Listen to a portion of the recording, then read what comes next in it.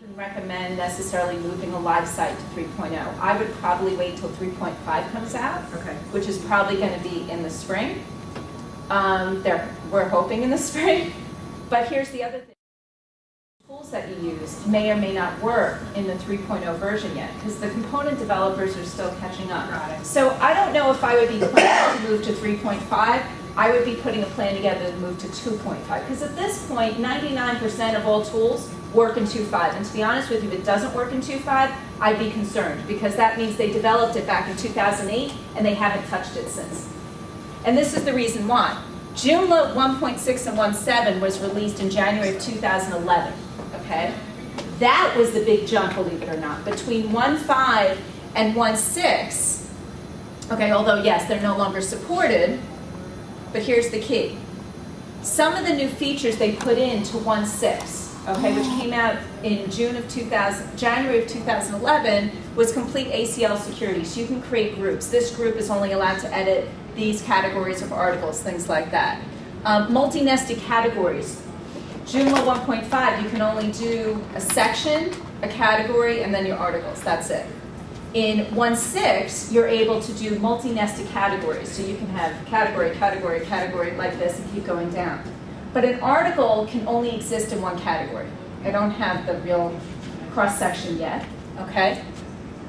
The template styles, it's another way of managing your templates. So starting in 1.6, when I install a template, if I want to make slight changes to it, I don't necessarily need a full-fledged copy of the entire template. I can actually say, on these pages, I want my template to be blue.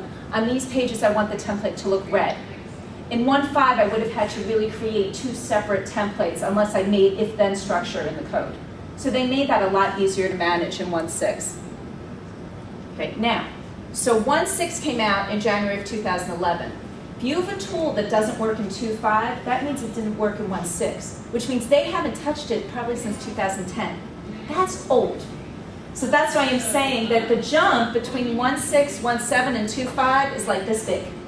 Tiny, tiny. The big jump was between 1.5 and 1.6. So what was misleading is when we went to 1.6, a lot of people thought, oh, so we'll just keep going.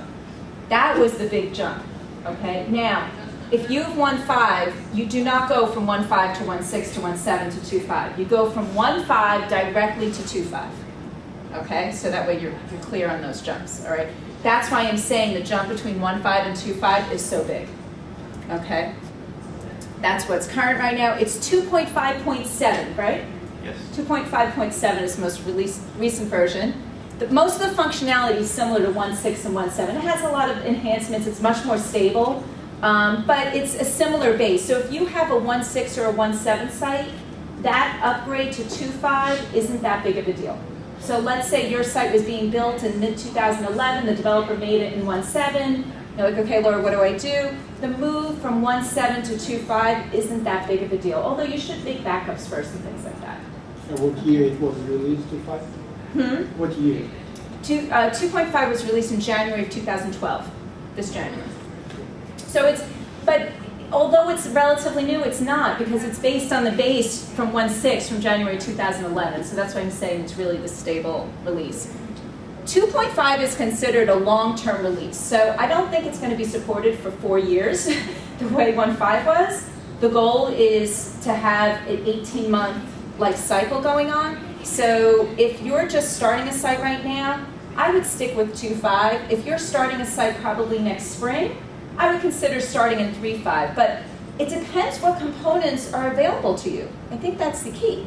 If you have a component or a tool that you love that only works in 2.5, guess what?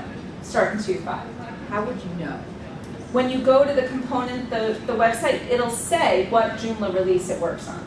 Okay. Okay? If it only works in 1.5, I would run from it. But 2.5 is current, so a lot of the component developers, they haven't, jumped yet, because 3.0 is just coming out, when, this weekend? Like Monday? Yeah, next week. Next week, okay? So it's relatively new, all right? So what's going to happen in the next couple of months, like when you go to joomla.org and look at the extensions, it'll say what Joomla release. I'm starting to see some of them says they work for 3.0. Okay, so some that are on the forefront will. Like Akiva Backup, I'm pretty sure they have it for 3.0, right? Because he's usually on the cutting edge of everything. That's kind of a long story. Okay. But yeah, he will be supporting the 3.x series eventually. Okay. Okay, let's keep going. And there is no 2.0? No, skip 2.0. Yeah. Okay, and that's a great question, if you don't mind. For anyone who's really confused by the version numbers of 1.6, 1.7, 2.5 things, think of 1.6 as 2.0. 1.6 should have been 2.0, and it should have been a developer release of 2.0. Hey, 1.5 should have been 2.0, since that was a big jump from, and then we would have been in a whole other world, but yeah. So yeah, think of 1.6 as like a developer release of 2.0. I would have never recommended you just jumping to it. Like, I remember when that came out and I was at the Joomla Day New England, and I think you were at that one, and someone asked of all the speakers on the panel, and this was in the spring after 1.6 came out, how many of you have tried 1.6 and you have a site running on it? Not one person raised their hand. So, you know, I don't recommend necessarily like getting 3.0 for a live site. It's good for a developer, you want to play, but by next year, you're going to start wanting to go to 3.5. My hope is that the jump between 2.5 and 3.5 won't be as severe, but it really depends on the components as well. Like, you may need a different version of the component. I hope not. I hope they're able, you know, the goal was to make the core tighter so when you install the newer versions that they will work. But that's not a guarantee. So. Does SiteGround support 2.5? Sure. Yeah. SiteGround as a host? Yeah, as the host, they should support any of the versions of Joomla. That should be fine. That should be fine. And they love Joomla. You know, we love Joomla, SiteGround. So, 2.5 contains all the stuff in 1.6 and 1.7. The menu item node is kind of small. Joomla update notification. We love this. So in 2.5, when, let's say, a newer version of 2.5 is out, it says it right on your control panel. It says update to newest version, and you can click on it, and guess what it'll do? Update you to the newest version. But here's a problem with that button. It's a little too easy. Make a backup first, please. Because even if the move is 2.5.6 to 2.5.7, there's a possibility that someone's not going to play nice with it. And you never know. So just please make a backup. Even, I know the button is so easy, just click it. I do it all the time, and then I'll kick myself. Especially if you have a site with a lot of components and things like that. Just make a backup first, then run it, and then make sure you test everything. Make sure your site's still working as you expected. When we click on the button, it would update Joomla, but it would not update components. It will not update your components, correct. Your components have to be updated separately, and each of the components have different types of update managers. Some of them are easier to work with than others, where they'll have different things in order to upgrade them, or you can click on the extension manager and install a new version. When you do the backup, it backs up not only the database, but the extension code as well? Yeah, so when you do a backup, using a keep a backup, let's say, you can make an entire backup. What it does for you, it'll give you what's called a JPA file. That JPA file has everything. You take that JPA file and put it on your local computer. If, God forbid, the whole site breaks down, you could then walk through a process to take your JPA file using a little program called Kickstart, also from a Keep a Backup, and that's free, to basically rebuild the whole site in about 10 minutes. So it'll take you back. The other option, and I walk through that in one of my sessions, I think in the intermediate class, I walk through that step by step. Here's the other option, call your host. You know, tell your host, I'm doing something major, can I make sure there's a backup? Like I know with HostGator, they don't do it automatically, but there's a button on my cPanel that says create backup. It'll create an SQL backup and a file backup of the whole site. So if I press those buttons, I call HostGator the next day, they'll ask, do you have a copy of the backup? I'll say yes. They'll take that and reinstall everything for you. So you don't necessarily have to go the route. Sometimes it's easier just call the host. If you don't make a backup on your host, like HostGator, they take automatic backups once a week and they keep it on file once a week, which sounds great, but here's a problem with that. They start creating the new backup, let's say on Thursday. Let's say I noticed my site was hosted on Thursday morning. Guess what? They already started creating the new backup. Guess what? Their new backup is of my host site. So that's not going to help me very much. So one thing you want to make sure of is manually you do it yourself, number one. Number two, call your host company and ask them, how do you manage backups? Like Rochen, R-O-C-H-E-N, they have like this quick backup thing where they're usually creating backups of your site every minute, every day, and you can just click on a button, they'll reinstall the whole thing. So sometimes it's worth it, pay the extra couple of dollars for a host that will manage your backups better. HostGator, a lot of my clients, they only want to spend $5 a month, so you get what you pay for. Now SiteGround, I haven't gone to SiteGround for their backup procedures, but that's something I recommend you do. Go to SiteGround Hosting and find out what's your backup procedures, because you'll mess up. And I've called HostGator a couple times where they've reinstalled the sites for me. But that one time, it was a Thursday, and the backup they had was of the host site. That's not going to help very much. So I was kicking myself there. Let's see. This is nice. In 1.5, you had the option to set your site offline. In 2.5, you also have the option to set it offline. But in 2.5, what I mean by offline is, let's say you're building a brand new site. So you don't want people accessing the site while you're building it. So to do the offline setting, you can actually set it to offline. Do you want me to show you right where that is? Because that's something you might want to see. Let me go. Let's see.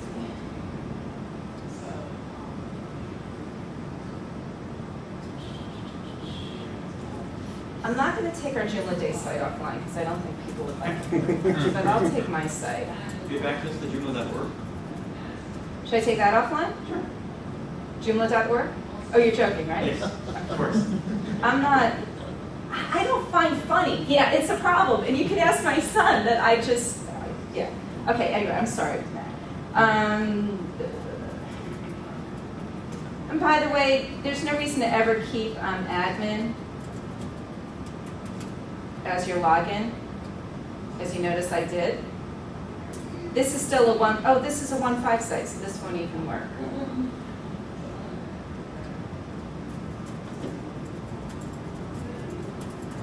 I'm going to go to the administrator here. I'm not going to actually turn it off. I'm just going to.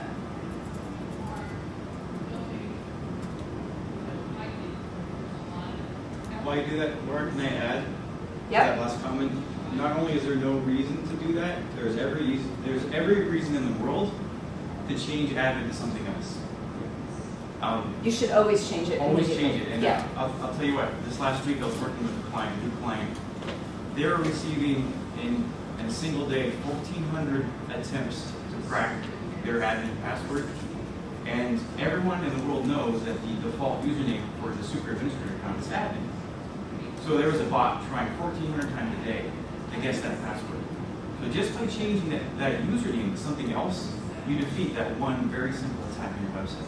And in Joomla 1.5, the default when it first creates it was admin. So if you have a 1.5 site today, when you get back, go to your user manager and just change the username.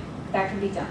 In 2.5, when you first build the site, it asks you, what do you want the admin username to be? So at that time, that's a great opportunity. Just set it right there. Okay, so you don't have an admin as a username. Even if you still have a 1.0 site, same thing. Just change the username. So it's a very easy change to make. So on my administrator panel, I have this option for site offline, yes or no. I can hit yes. But what's nice here is I could change the offline message. I can say use custom message here. Another really nice thing, I was really excited about this, it's simple.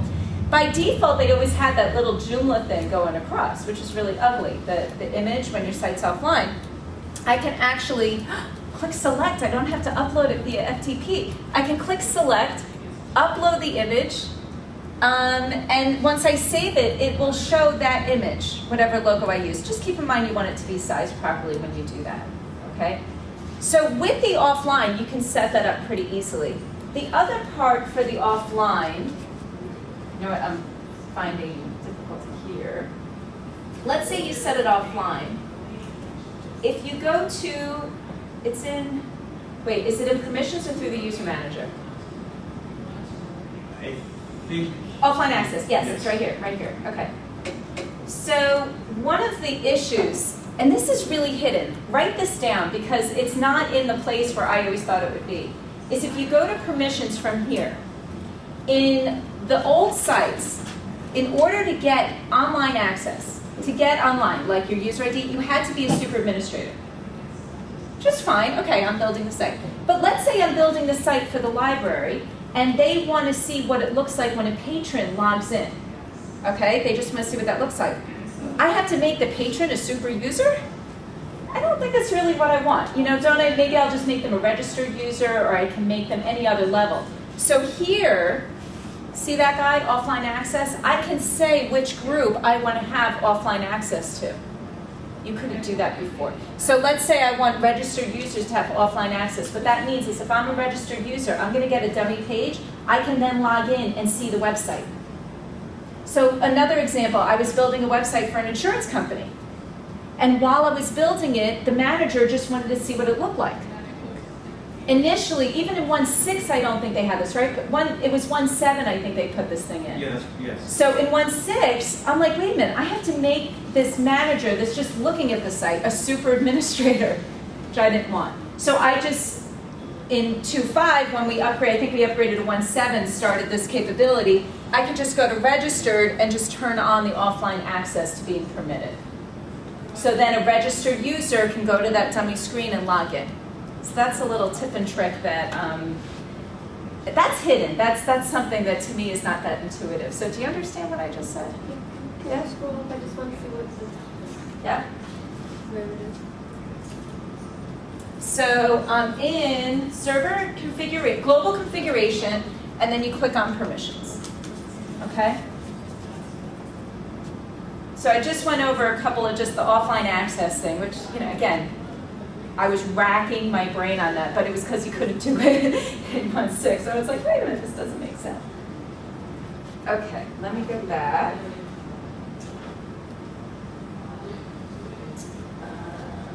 Capture or okay, another option you have in 1.5, and I'll show you up here. If I go to site, is it site or system? Okay. In the core, there's now CAPTCHA. In the core, without having to install anything in. So what that means is, when do I have a form? Think about, when is there a form on a basic Joomla site? In the regular contact us or registration? What if you have someone just registering to get on the site? Older versions did not have a CAPTCHA by default. So if you wanted to have the CAPTCHA, which is that funky code that comes up in the bottom when you fill out a form, okay, you had to install a plugin to make that magic happen.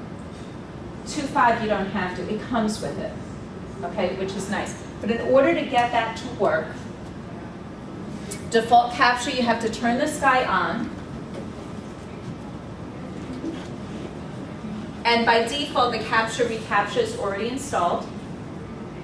But there's a second step. So you have to turn that on. Let me show you where we're turning it on. So it's under global configuration. And then there's another step here. Hold on, it's not.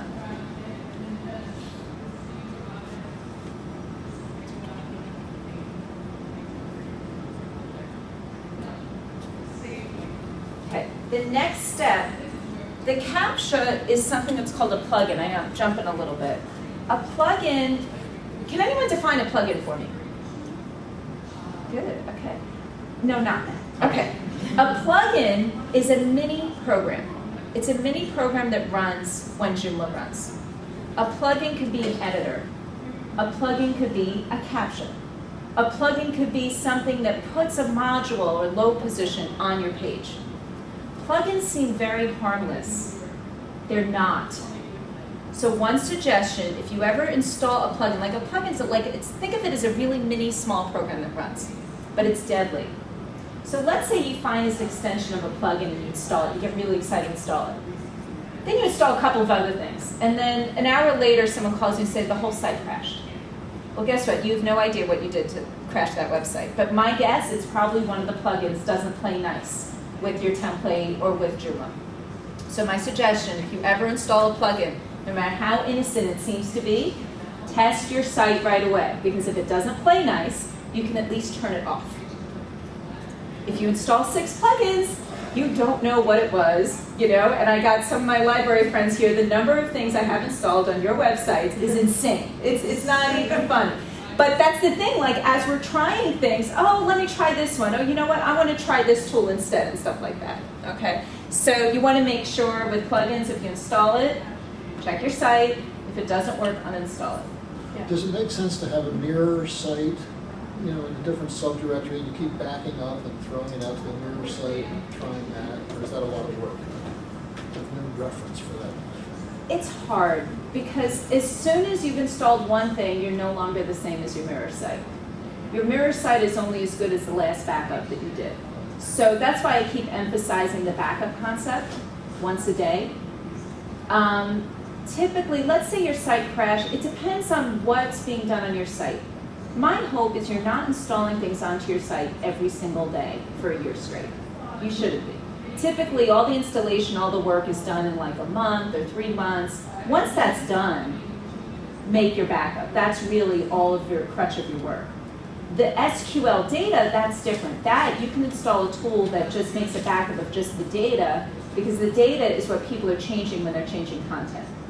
But the installation of components and tools, I'm hoping you're not doing that all the time. Like I think with the library, we're doing it all the time, like in Plainview, because we're getting the site up and running now. So it's just like a moving target. Once the site's done, you shouldn't be changing it that much, except for the actual content. So I would just do either keep a backup or, again, contact your hosts, see if they have any kind of automated backup process, that type of thing. I think that's actually easier. Yeah, Matt? Just to add to the Yeah. backup thing, Mhm. Keep a backup also does incremental backups. So every time you install an extension, it will automatically do a small incremental backup. So there will be backup. It might be just the pro version, which I highly recommend everyone spend the $30 to buy. Right. Yeah, so Akiba Backup has a professional version that has the incremental backup piece. I've had some issues with the incremental backup piece only because sometimes when I install a tool, it gets stuck because the incremental backup is on. I've run into a couple, and I don't remember when it was, maybe it was a couple weeks ago, so I turned it off because I got stuck. But that's another option too. And I could go to Akiba and find out why I got stuck, but you know, you're running around in circles. Exactly. Yeah, Matt. Okay. Millie, yeah. Question. You mentioned that plugins are not exactly safe. Is there a place that we can go to get Joomla compatible plugins or? Well, it's not that they're not safe, but they may not play nice with your website. You won't know until you've installed it. I mean, you can look at the reviews. If you go to joomla.org, you should always look at the reviews, see what people are saying. But until you see your site that has your specific setup, you're not going to really know what plays nice with it or not. Okay, so we put the CAPTCHA on. But the one thing you have to do is you have to make sure that it is enabled. Now, Matt, could I be wrong on this? Are newer versions of 2.5 the CAPTCHA is automatically enabled? Yes. But older versions it wasn't? Correct. Correct, okay. So older versions of 2.5, when you first installed it, this CAPTCHA here was a red dot, so it wasn't going to happen. But newer versions of 2.5, you don't remember when it started automatically being enabled, right? It was like a month or two ago, all of a sudden I realized, oh, I don't have to enable it. And it actually did cause some issues because some people had it automatically turn on like, whoa, what's this CAPTCHA thing going on? Right. So anyway, you got to make sure that it's enabled if you want to use it. Okay, so to enable it, you can either just click on the green arrow, or you can click on the check, and then click on enable to enable it. So that's the CAPTCHA. Okay. Hi, Bill. I'm good. Can I help you with something? Thank you, sir. Thank you. Okay, let's get back. All right, so we did CAPTCHA. I'm just showing you all the different things that I think, I'm not going to worry about that. CAPTCHA and the core and fine integration. I'm not going to do that right now. Okay, let's say you are ready to upgrade. What do you have to think about? Let me just, where's my,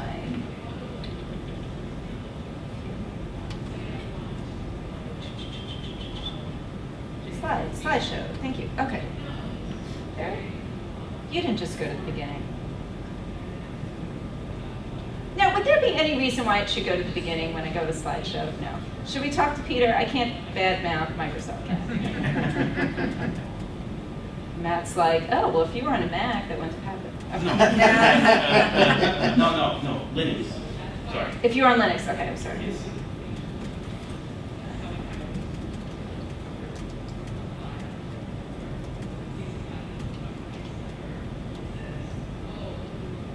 Okay.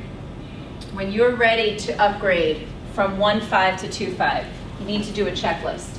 And I just did this for Syosset. Actually, my client did it for me.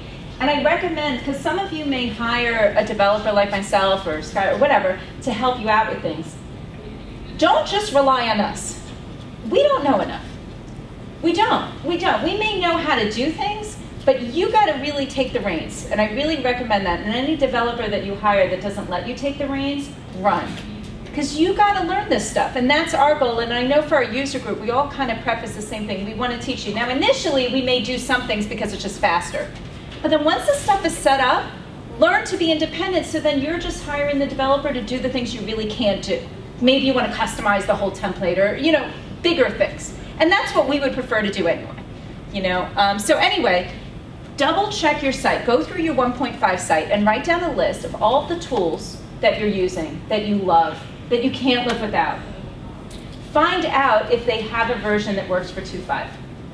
Maybe it does, maybe it doesn't. You can go to their home site. Do you have to pay for a new release of it? What's your status and all that? So you've got to go through that list yourself. Don't rely on a developer to do it, because you may have so many things installed on your 1.5 site, the developer doesn't know what you're using or not. So just go through and try to figure out, what is it that I'm using? What can I live without? Now, what's the difference between these four? A component is a major program. A component is com_content. Does anyone know what that is? That's your article manager. That's what you're using throughout Joomla, is com_content. I'll show you right here. So if I go to content and article manager, and I look up at the top, look at my URL at the top. I'm using my article manager. This is how I edit articles on the website, right? Look at the thing I'm using at the top. com_content. It's a component. It comes with core Joomla. You don't have to install it, but that's an example of a component. That's how you're managing all of your articles in your website, your categories. It's using com_content. Banner manager. This is stuff that comes with core. An events manager does not come with core. You have to find an events manager. That's another component. So they're very big programs. Most of them tend not to run automatically, meaning that when you install a component, if you're not viewing it on the front end of your site, chances are nothing's going to happen when you open up your site. Chances are, most of them don't run with the plugins at the same time. There's something you have to call. Like if you install an event manager, you then need to get it to be displayed on your website. Okay, two separate things. So just because you installed it doesn't mean you're going to be able to see it. So you install Ignite Gallery or something, it's not going to show up anywhere yet. You're just installing, it's just a component.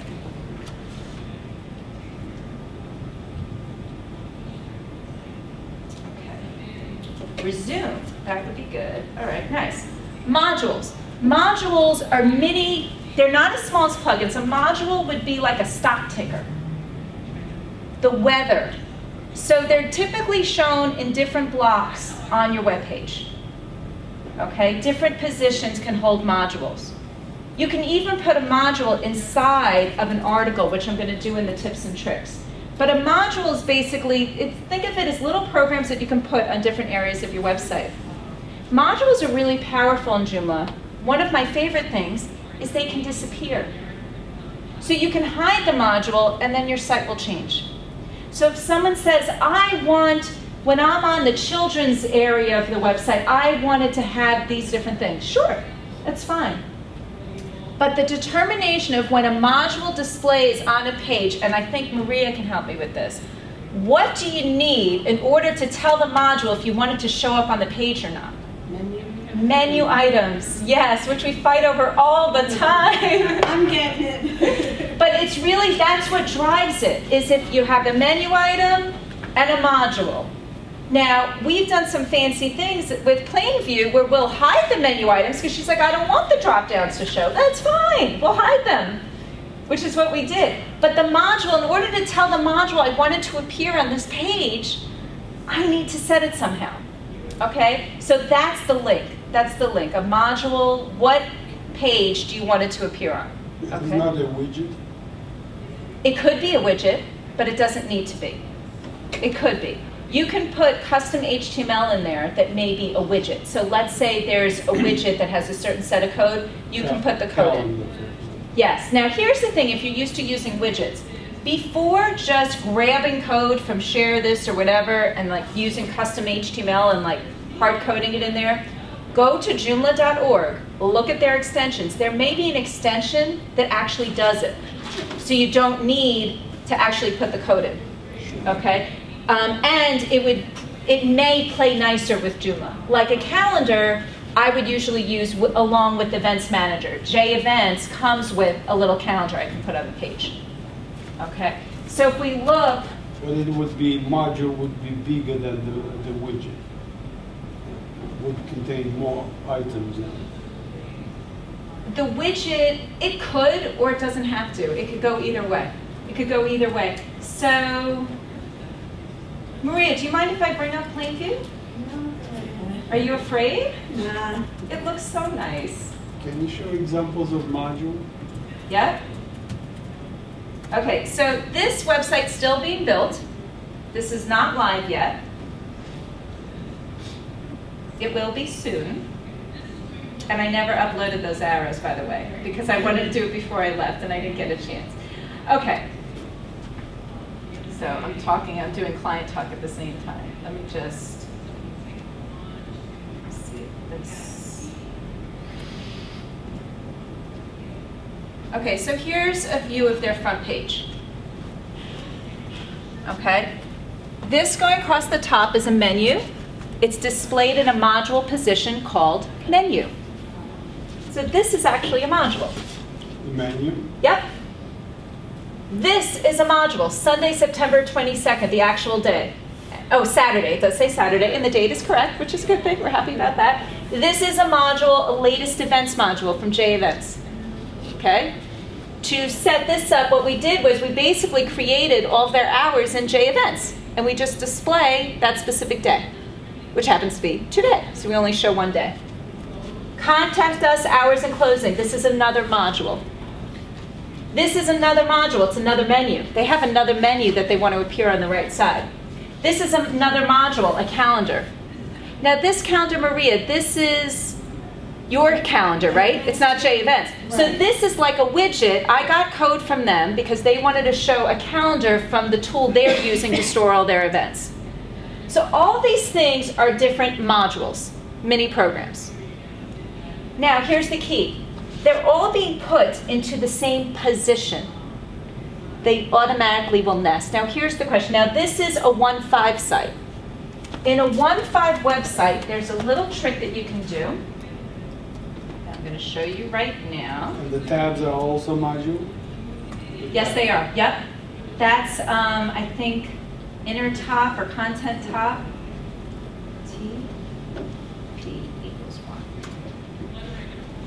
In a 1.5 website, what you can do is after your URL, you can put $TP equals 1. Is this a light? No. I don't want to do that. Okay, anyway, all right. Gadgets don't work for me. Okay, so by putting $TP equals 1, all right, it will show me all of the positions in red. So I know where I can put things. Now, as you can see in this template, there's a lot more positions than we're actually using. That's why it looks all fugly, okay? Now, if you're in a 2.5 website, there's a little trick here. In 2.5, and this you want to write down, in order for $TP equals 1, in order for that to work, you need to turn on the module positions. So to do that, you have to go to Extensions, Template Manager, and then click on Options.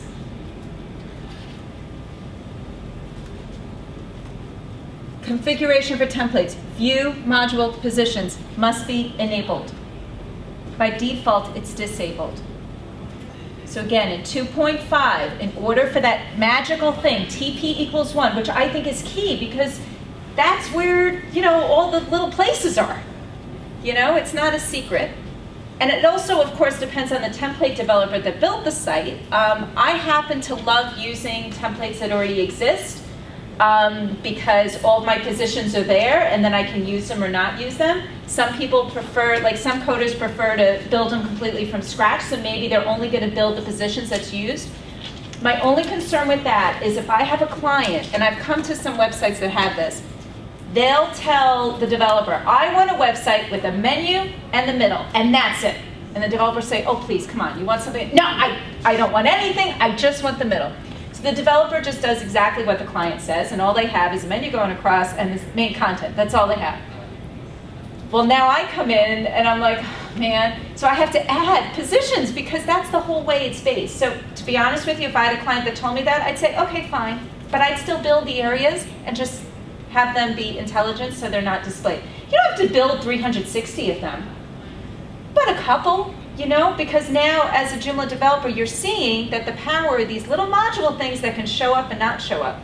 And things that you want to think about when you're looking at templates, when you are deciding on a template, is look at what positions come with that template. Does that work for you? You can add them. That's absolutely possible for you to do. But it just takes a little bit more code to do. All right? So for example, if you have a template like this, one of the questions you ask, let's say you have a menu going across, you have something on the left. Do you want a banner going across here and then your content here? Do you want a right side going underneath this banner? Or do you want a right going over here?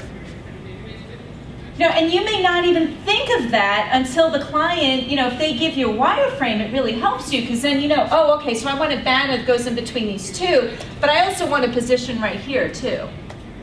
Okay, so really look into that and think about that, what your client's going to want and not want. All right, and I don't think there's any right or wrong with this. Okay, it's really your call. So anyway, to see that magic thing, you got to have that enabled. And again, that's hard to find. Write it down. Elin Waring, who's here, I think I emailed her 10 times. Even during one of my classes when I first started teaching 1.7, because I'm like, shoot, where is that? I can't remember.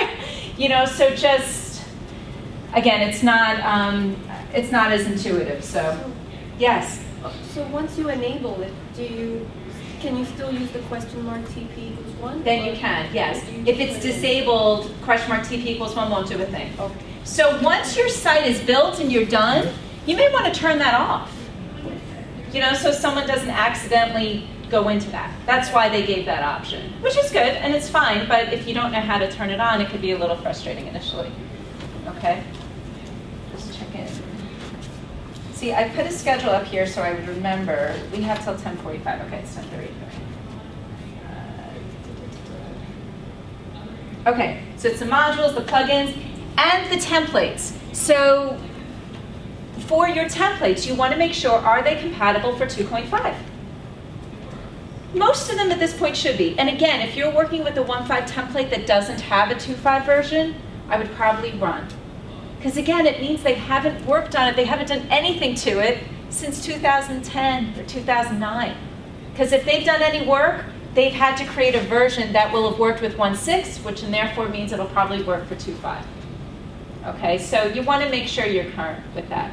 Matt, have you seen with templates, are they coming out with ones that are working for 3.0 already, or? Yes, there are some that are for 3.0. Okay. It's worth noting that 2.5 templates most likely won't work with 3.0. Right. The big thing with 3.0 is Bootstrap, and that changes everything from a user interface. And how it works. So the jump from 2.5 to 3.5, which most of you will do in the next year and a half or so, may be a little bit harder, but you know what? They're going to create the templates that will work. So whatever template you originally picked, they'll probably be one compatible. Now, what I've also recommended my clients, if you're in 1.5, you're ready to go to 2.5, it means your site's been up for about 3 years, it's a good time for a facelift. I mean, think about it, rebrand, redesign, it's a really good time. And that's the other reason why a migration from 1.5 to 2.5 is not a 1-hour job. So if any developer tells you it only take 1 hour to do, I think they're missing something. Because this is a really good time, again, budget, put a plan together and say, okay, this is a good time, I'm gonna redo my template, I'm gonna address how we work with events in a different way, because you can. So this is the good time to do it. So, you want to think of it, it's at least a 15-hour job, 10 to 15-hour job, I would think, to be able to move from one to another. You said that was because of bootstrapping? No. The change between 2.5 and 3.5 is because of Twitter Bootstrap, which they're going to be using. And we're going to be talking about that this afternoon. We actually have 2 sessions on Bootstrap development this afternoon. One from a template, like an intro level, that Elon's going to be doing.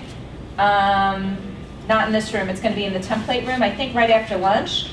And then another one, which is going to be a more developer approach to it. So we actually have 2 sessions on that.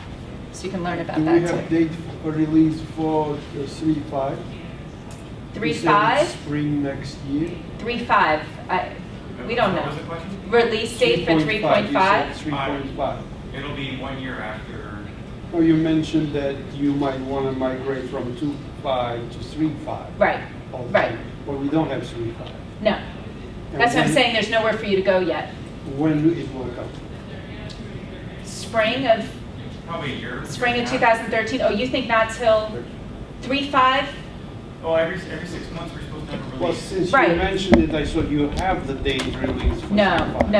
no. In theory, what they have told us is that they're going to try to do every release 6 Every months. 6 months. So So you 3.0 calculate. is already late because it's September. So in theory, they should have had 3.0 out in June if they were going to stick with that. But it's hard. They're doing a time release schedule. What's nice about that is it means that they really do stop adding new functionality. What happened with 1.5 is they just kept adding and they never had an end date. So now we're letting the dates control it more, but you still got to make sure it's bug-free. So 3.0 is coming out. 3.5 in theory should come out in about 6 months. So that's why I'm saying spring of 2013. The question is, it depends on what happens with 3.0. Like if 3.0, if there's a lot of issues with it, then 3.5 may be pushed a little bit. So it's all linked together. Yeah, that's why I'm saying to move to 2.5 is the place you want to be for right now. That's For a a few good safe years, place. at least 3-4 years. A year and a half. Because remember, it came out in January. So if you're starting a new site today, I would say for at least a year and a half, 2.5 will be a good place to be. Yeah. Okay. And you won't be talking about templates. Not in here, but you will be. There'll be other sessions. So Matt's going to be talking about responsive templates after me, about different types to think about when you're deciding, do you go responsive, do you not, what does it all mean, what are all the buzzwords and all that. And then we have template workshop sessions where they're going to be talking about templates too. So And that will cover CSS for templates? No? a little bit. I don't know off the top of my head which session's doing what. Okay, so the complexity, this is what we've already spoken with. When you want to move from 1.5 to 2.5, there are a couple of different tools to do it. There's SP Upgrade, which I've been really happy with. There's also J Upgrade. SP Upgrade is not free, but it's worth every penny because it does work. J Upgrade, sometimes it works, sometimes it doesn't. I've had different experiences with it. Whichever way you do, you're going to have to really just read through the instructions and follow it step by step. But after you installed 2.5, and let's say you migrate, you get all your data over, whichever process you go through, you then need to go through installing your new template, installing the components. Like for example, J Events. Jerome put together a very complex script. So I installed J Events on 2.5. I have it on 1.5. He gave me SQL scripts that I now have to run on 1.5 to get the data, and then I literally run those SQL scripts using PHPMyAdmin on 2.5, so that way all of my events in the old system come over. And a lot of component developers have done things similar to that. You just got to go step by step. So that's why, again, if developer tells you it'll only take you 1 hour to upgrade from 1.5 to 2.5, they're wrong. Because even that J events, even if they gave me that list, that took me about an hour to do. Went through, make sure I'm doing it right. And I had to do that for every tool. Ignite Gallery has their own, upgrades. So it just depends on what tools you're working with. Docman, they had their own different type of upgrade to do. So it depends on what components you have as far as what process you have to go through to get the data from the 1.5 site over to the 2.5 site. But with a very, very simple 1.5 site, I'm thinking I could get a template and put it up in 2.5, do a keep a backup of the data file and just No. port it. No, you have to use either J upgrade or SP upgrade. You need a tool to migrate the data because the whole database is different. Oh, the database is different. Yeah, because of especially with the ACL, with the way they do security, is completely different. And in 1.5, you had sections. There's no more sections in 2.5, so even the way articles are organized are different. So you will have to go through one kind of migration, but if it is very simple, then maybe it'll take 3 to 4 hours to do, not 15. But if I have a site with 5 pages, I could just copy the data in the editor and paste it, I guess. Yes. Okay. Which is what I did. I had another site where all she had was 6 pages. I tried to do either SP upgrade, I tried to do one, and for some reason it did not work. I'm like, what am I doing all this for? So I literally just created the new menu items and just copied the content, pasted it in, and I was done. Yeah, so you could obviously rebuild the content, sure. But if you have like a library like with Syosset, we're not doing that. We're gonna have to figure out how to migrate the data over step by step. So, okay. The content, as I said, can be migrated. And even the modules, like the module positions, keep in mind, if you have a different template, the module position name may have been left, and now it's called user 1. So you have to go through your modules and make sure they're going to appear. Are they linked to the right menu items? So you really have to go through to make sure the site behaves the way you want it to. The complexity, we've already spoken about One that. question. Yeah. Content migration would be mostly database work, right? No, if you use either SP upgrade or J upgrade, you don't need to do PHP MyAdmin at all, and I don't recommend that you do. Use one of these tools. Don't go, and that's the thing, as a programmer, you're like, oh, well, can't I just match it up? No, don't. SP upgrade, I don't remember how much, is it $70, Matt? I don't know. I think it's less than that. Is it less than that? I don't remember. It's worth a couple of dollars. Because think about it. If that's going to take you an hour's worth of time, just do it. And they give you the instructions how to do it. And, it just works. And it does it correctly. J upgrade is the one that's free. And, some people that's worked perfectly and others it hasn't. J upgrade, you basically install on your old site and you hit run. And it builds a 2.5 site for you within the folder on the same host. Some people run into problems with it, so either way. But yeah, don't go through PHP MyAdmin. Now, unless, like J events, when I had to migrate, I have to go to PHP MyAdmin, but he gave me the scripts to run, so I'm just running his SQL scripts. Okay, some of this we already went over, but how are we doing on time? Okay, I got 5 minutes. Okay, questions so far? So we went through all the new pieces, right? See, an hour and 15 minutes, it's such a tease, I'm sorry. It's like, here's a little bit. Can you show one of the websites and just the demo it? Sure. I can. We have content. In a Joomla website, just what are all the moving parts? You have content, those are your articles, okay? Your content manager. You have menus, those are links to articles, whatever. One thing that was really difficult for me in the beginning, these two have nothing to do with each other. If you're from a programming background, article, menu item. No, they're totally separate. Break your head from the thought that every article is a menu item and vice versa. The organization's completely separate. Because it is managed by article manager, right? One's article manager, the other's your menu manager. So how you sequence your menus has nothing to do with your structure of your categories and articles. Now, would you make a similar sequence? You might. But one thing, I have a lot of clients that when they first build their site without me, they build it in the same exact way. I'm like, you didn't have to do all that work. Okay, so when you're building your articles, when you're trying to decide, should I have a category for this article? My theory is if I have more than 3 or 4 articles that I want to group together in some way, I will make a category for those 3 or 4. So like if I'm creating something on musical instruments, and I'm only selling one of each violin, one viola, whatever. I'm not going to create a category for violins. I only have one violin. Create a category called string, and then I'll put one for each. Okay, so although you may say, oh, wait a minute, but I may have a second violin, so do that later. So my theory is if I'm going to have more than 3 or 4 articles that's in a group, then yes, create a category for it. Okay, yeah. 2.5 does not have sections anymore? Correct. There's no more sections in 2.5, but 2.5 has multi-nested categories. So I could have a category called orchestra, a category called strings, a category called violins. So I can nest them as much as I want, all right, which you could not do in 1.5.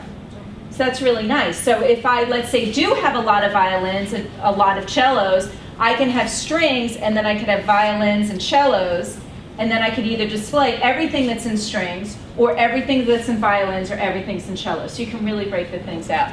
This is with menus you're talking, the section? Articles, your content. Okay, the menu items are your actual links, okay?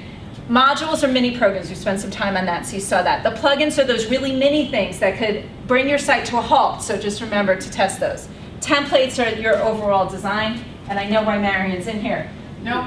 That's not why you're in here? Okay, so an example of content is here, the content is displayed here. Here's a sample article, and let me bring up, can I do plain view again, Maria? Is that all right? So I think I already have it up because you want to see a demo, right?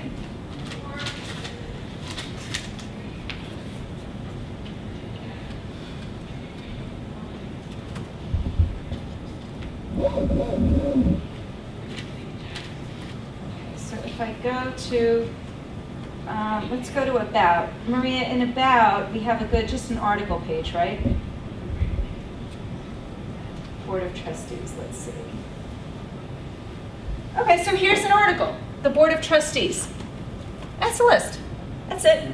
That's an article. Just a list of items. There's no links, there's no contacts. Here she created a link to contact us. No moving parts, an article. It's a simple article, okay? A more complex article would be something like this, which I'm going to talk about actually, I think we did it here, is board minutes. And what we're going to do is in the tips and tricks, I'm going to show you how to do this. So this is automatically generated, this list here, which is really cool, okay? So this is using a tool called DocMan, and it'll automatically show any documents that are in this category. Yeah? When you say auto-generated, the articles don't put themselves up like at the right time, do they? Or you have to put them in, right? They created the article. What I mean by auto-generated, this list. So when they create the minutes for September 2012 and add them to DocMan, it will show up here. Okay. I don't have to go into the article and create a link for September 2012. So this gets generated. This is a tease. Come to me for tips and tricks. We upload the PDF to here, and it automatically And it shows appears up. on that page. Like magic. That? I don't. Tips and tricks. 1.5? Oh yes, and it's all over Because I've been Syosset. putting it into DocMan, and then I've been putting it in the article separately. If we'll talk about it, you'll see in tips and tricks. Megan kept a secret from me. Okay, yeah. DocMan is. I'm gonna get her in trouble. Yeah. DocMan's a component. It is. It's a component. DocMan is not part of Joomla. That's a component. So some sample components that you may want to. It's a document manager or what? I didn't use a real dry erase. Okay. Yes, it is. It is. Okay. All right. Just No, did I answer the question about document? Document is a document manager, right? Yeah. So I actually have on my website, I put up a list, and I know I have to. Can you demo also how the content is being changed? Sure. On the front end or the back end? You're not sure.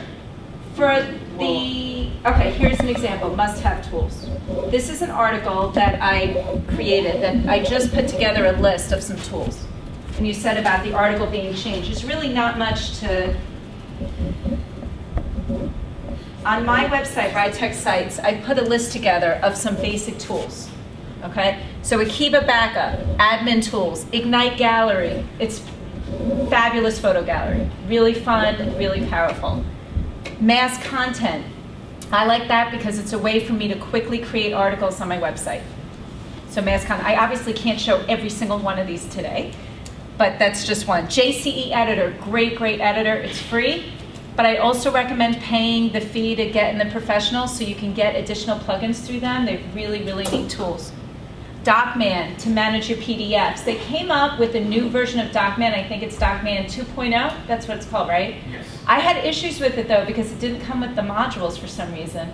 But the newer version of DocMan, supposedly, what you can do is a PDF can link to multiple categories, which is really, really good. A lot of my clients are dying for that. Nice social icons. It's just a way, I don't even know if I have it on here, to just display a couple of little Twitter things and stuff like that. Nice social icons. It's basic, it's free, and it's easy. A Twitter feed, which can show, so if I give a tweet, it'll automatically show up on my website. Okay, so that's a Twitter feed. Ada News, AIDA News, I love it. It is, it's a latest news manager, which I'll talk about in tips and tricks later. So it's another way where you could display a bunch of articles in different ways on your website. Really cool tool. So Sam's question as far as just how you can edit the data real quick. I can add to this. Let's say the article is published and the editor noticed a serious error, and he wants it quickly to fix it. Yep. So this is a 1.5 site, but the editing is the same whether you're in 1.5 or 2.5. Is to edit that article, I go to the back end here. Mm-hmm. You can do it from the front end as well, but a lot of websites you don't even turn that on. But if I go to the back end, I go to Content and Article Manager. And then, what was the name of it? It was like Tools, I think, was part of the must-have tools. Look at that. So in the filter, I type in tools, and then what? There's my article. I click on it. Or you searched for the article. Mm-hmm. I didn't remember what it was called. Uh-huh. This is using, oh, the FCK editor, not even JCE. Because again, it's the shoemaker and the shoes. So here's my list. If I want to add something in here, it's funny, I put J events. J events. All I do is type. That's it. And save? And save. And would be published immediately? Immediately. Save. What does it mean this article is published but pending? Because I was probably still editing it while I'm editing it. Actually, it said it before you went into it. Still it's pending? It's not showing you. There it is. There we go. It's there now. Yeah. Good. There it is. So it's a matter of admin to go and modify the content. Now, you can have clients, you can have a login here, which I don't think I have turned on right now. And if I'm the right security, I can edit right here. There's a little pencil that pops up. I click on the pencil and I can edit it right here. Oh yeah, I saw that was WordPress. Also. Okay, so you can edit it right on the front end.